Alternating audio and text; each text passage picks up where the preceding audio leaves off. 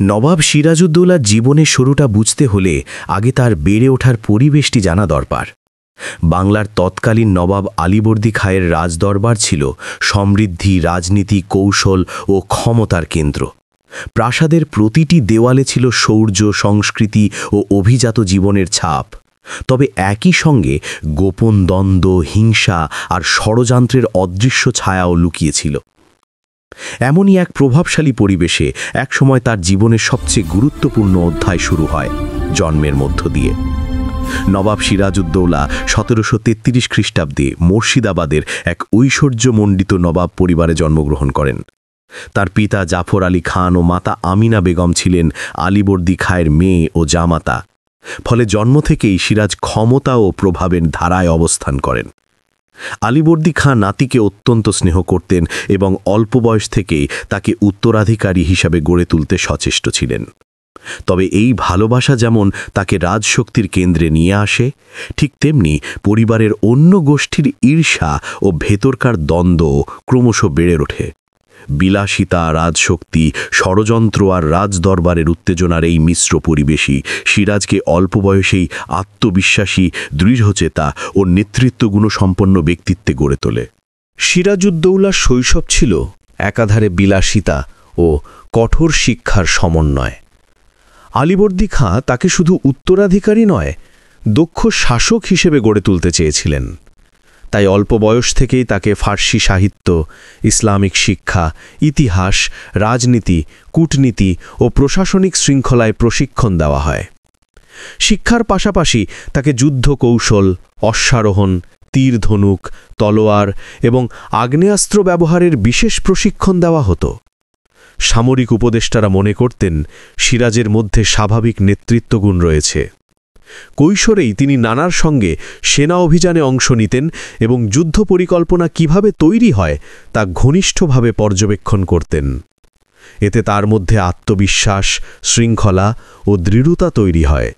কিন্তু একই সঙ্গে তিনি রাজদরবারের অন্তর্দ্বন্দ্ব, ষড়যন্ত্র ও ঈর্ষার বাস্তবতা খুব কাছ থেকে দেখেন। এসব অভিজ্ঞতা তাকে দ্রুত পরিণত ও সতর্ক করে তোলে। তিনি ছিলেন বুদ্ধিমান, সক্রিয়, সাহসী এবং আত্মমর্যাদা বোধে দৃঢ়। ভবিষ্যৎ নেতৃত্ব এবং নবাবী দায়িত্বের জন্য এই শিক্ষাজীবন ছিল তার চরিত্র গঠনের মূল ভিত্তি।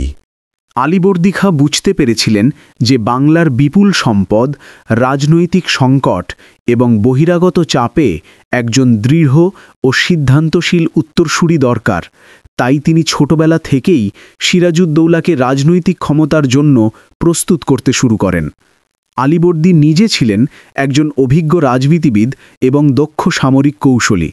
তিনি তার অভিজ্ঞতার প্রতিটি গুরুত্বপূর্ণ শিক্ষাই সিরাজের মনে গেঁথে দিতে চেষ্টা করেন। সিরাজকে তিনি রাজদরবারের গোপন কূটনীতি, প্রশাসনিক কাঠামো, করনীতি, প্রজাশাসন এবং সামরিক শৃঙ্খলার বাস্তব রূপ সরাসরি দেখাতেন। নানা ও নাতির সম্পর্ক ছিল গভীর স্নেহ, আস্থা এবং প্রত্যাশায় পূর্ণ। সেনাপতি, মেন্টর ও উপদেষ্টাদের বিশেষ তত্ত্বাবধানে সিরাজ শাসন ব্যবস্থার সূক্ষ্ম দিকগুলো জানতে শেখেন। তবে এই প্রশিক্ষণের মধ্যেই লুকিয়েছিল রাজদরবারের ষড়যন্ত্রের অন্ধকার ছায়া। অনেকেই সিরাজের উত্থান মেনে নিতে প্রস্তুত ছিল না। তবু আলীবর্দী খাঁ দৃঢ়ভাবে ঘোষণা করেন যে সিরাজই বাংলার ভবিষ্যৎ নবাব।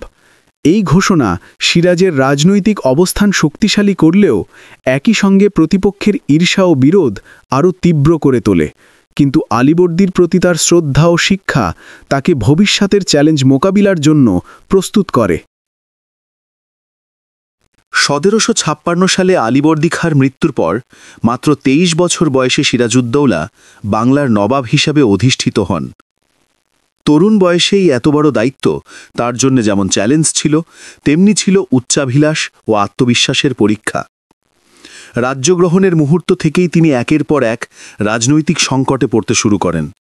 অভ্যন্তরীণভাবে মীর জাফর, জগৎ শেঠ, ঘোষেতি বেগম সহ কয়েকজন প্রভাবশালী ব্যক্তিরা তার নেতৃত্ব মেনে নিতে অনিচ্ছুক ছিলেন। অন্যদিকে বাহিরে ইংরেজ ইস্ট ইন্ডিয়া কোম্পানি বেআইনিভাবে দুর্গ শক্তিশালী করা, ব্যবসায়িক স্বার্থে হস্তক্ষেপ এবং কর ফাঁকি দিয়ে বাংলার সার্বভৌমত্বকে চ্যালেঞ্জ করছিল। নবাব হওয়ার পর সিরাজ প্রথমেই প্রশাসন সংস্কারের উদ্যোগ নেন এবং দুর্নীতিবাজ কর্মকর্তাদের শাস্তি দিতে শুরু করেন। এতে সাধারণ মানুষের আস্থা বাড়লেও অভিজাত শ্রেণীর অসন্তোষ বৃদ্ধি পায়। একই সময়ে তিনি ইংরেজদের কর্মকাণ্ডের বিরুদ্ধে কঠোর অবস্থান গ্রহণ করেন, যা পরবর্তীতে সংঘাতকে আরও তীব্র করে। তরুণ নবাব নিজের দৃঢ়তা ও কর্তৃত্ব প্রদর্শন করলেও চারপাশের ষড়যন্ত্র, বিশ্বাসঘাতকতা এবং ইংরেজদের আগ্রাসন ভবিষ্যতের এক অন্ধকার অধ্যায়ের পূর্বাভাস দিচ্ছিল। সিরাজউদ্দৌলা নবাব হওয়ার পর লক্ষ্য করেন যে ইংরেজ ইস্ট ইন্ডিয়া কোম্পানি বাংলার সার্বভৌমত্ব লঙ্ঘন করে বেআইনি কার্যকলাপ চালিয়ে যাচ্ছে।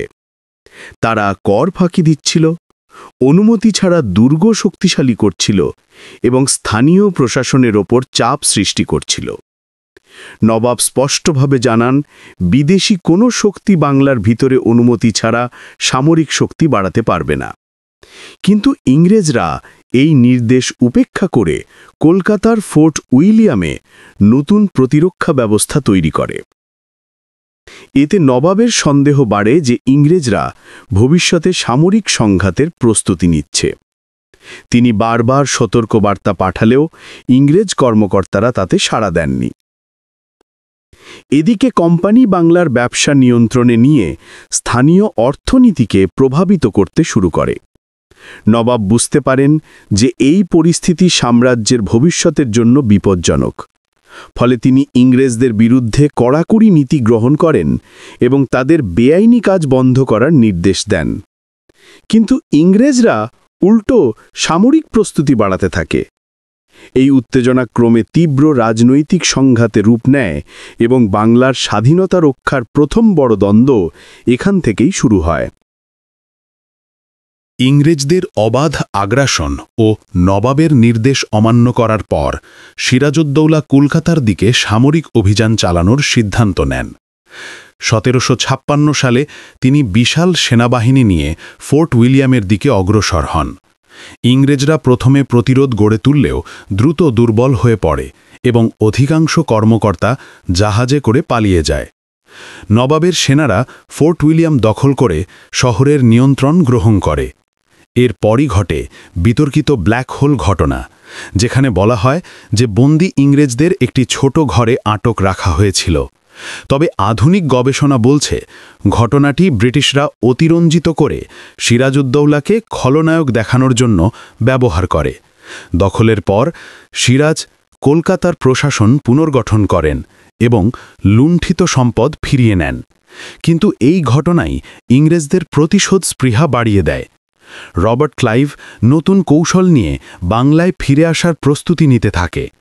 কলকাতা অভিযান ছিল সিরাজের দৃঢ়তার প্রতীক, কিন্তু ব্রিটিশ প্রচারণা এটিকে অন্যভাবে তুলে ধরে বাংলার ইতিহাসে নতুন দ্বন্দ্বের সূচনা করে। 1757 সালে বাংলার ভবিষ্যতের জন্য সবচেয়ে গুরুত্বপূর্ণ অধ্যায় শুরু হয়, পলাশীর যুদ্ধ। নবাব সিরাজউদ্দৌলার বিরুদ্ধে এক বিশাল ষড়যন্ত্র গড়ে ওঠে। মীর জাফর, জগৎ শেঠ এবং আরও কয়েকজন অভিজাত প্রভাবশালী ইংরেজদের সঙ্গে মেলবন্ধন করে নবাবকে উৎখাত করার পরিকল্পনা করেন। তারা সিরাজের সেনা ও কর্মকর্তাদের মধ্যেও বিশ্বাসঘাতকতা তৈরি করে। এই সময়ে রবার্ট ক্লাইভ ও কোম্পানির সেনারা নিজের কৌশল অনুযায়ী অবস্থান নেয়। পলাশীর মাঠে সিরাজের বিশাল সেনা কোম্পানির মুখোমুখি হয়, কিন্তু অভ্যন্তরীণ বিশ্বাসঘাতকতা ও ষড়যন্ত্র তার শক্তিকে দুর্বল করে। নবাব সত্ত্বেও তার সেনারা ঠিকমতো যুদ্ধ করে না। বিশাল বাহিনীর সঙ্গে থাকা তার সাহস ও কৌশল যথেষ্ট হলেও ভেতরের অবিশ্বাস তাকে পরাজয়ে নিয়ে আসে। এই যুদ্ধ বাংলার ইতিহাসে সিরাজের পতনের অন্যতম মুখ্য কারণ হিসেবে চিহ্নিত হয়। পলাশী যুদ্ধ শুধু সামরিক সংঘর্ষ নয়, এটি রাজনৈতিক বিশ্বাসঘাতকতা, কূটনীতি এবং উপনিবেশবাদী ষড়যন্ত্রের মিলিত রূপ। এই যুদ্ধে নবাবের পতন পরবর্তীতে ইংরেজ শাসনের ভিত্তি দৃঢ় করে। পলাশীর যুদ্ধে পরাজয়ের পর নবাব সিরাজউদ্দৌলার জীবন ঘূর্ণনমুখী হয়। তিনি বিশ্বাসঘাতকতার কারণে যুদ্ধ হারেন এবং দ্রুত প্রাসাদে ফিরে আসেন। মীর জাফর ও ইংরেজরা তার বিরুদ্ধে শক্তি প্রয়োগ করে। কিছুদিনের মধ্যেই সিরাজকে বন্দী করা হয়। শত্রুতা ও ষড়যন্ত্রের মধ্যে নবাবকে নির্মমভাবে হত্যা করা হয়, যা বাংলার স্বাধীনতার শেষ প্রতিরোধের চিহ্ন হিসেবে ইতিহাসে লিপিবদ্ধ। সিরাজের মৃত্যুর সঙ্গে সঙ্গে বাংলার রাজনৈতিক ও সামরিক ক্ষমতা ব্যাপকভাবে কমে যায়। ইংরেজ ইস্ট ইন্ডিয়া কোম্পানি ক্ষমতার কেন্দ্রে আসতে শুরু করে এবং বাংলার রাজনীতি ও অর্থনীতি নিয়ন্ত্রণে নেয়। সিরাজের পতন শুধু ব্যক্তিগত দুঃখ নয়, এটি একটি স্বাধীন প্রাদেশিক রাজ্যের ধ্বংসের প্রতীক। তবে ইতিহাসে তিনি সাহস, দৃঢ়তা ও স্বতন্ত্র নেতৃত্বের প্রতীক হিসেবে স্মরণীয়। পলাশী যুদ্ধের ফলাফল ভারতের ইতিহাসে ব্রিটিশ শাসনের দীর্ঘায়িত প্রভাবের সূচনা করে। সিরাজের জীবন ও মৃত্যু প্রমাণ করে যে রাজনৈতিক বিশ্বাসঘাতকতা এবং বিদেশি আগ্রাসন কতটা ধ্বংসাত্মক হতে পারে।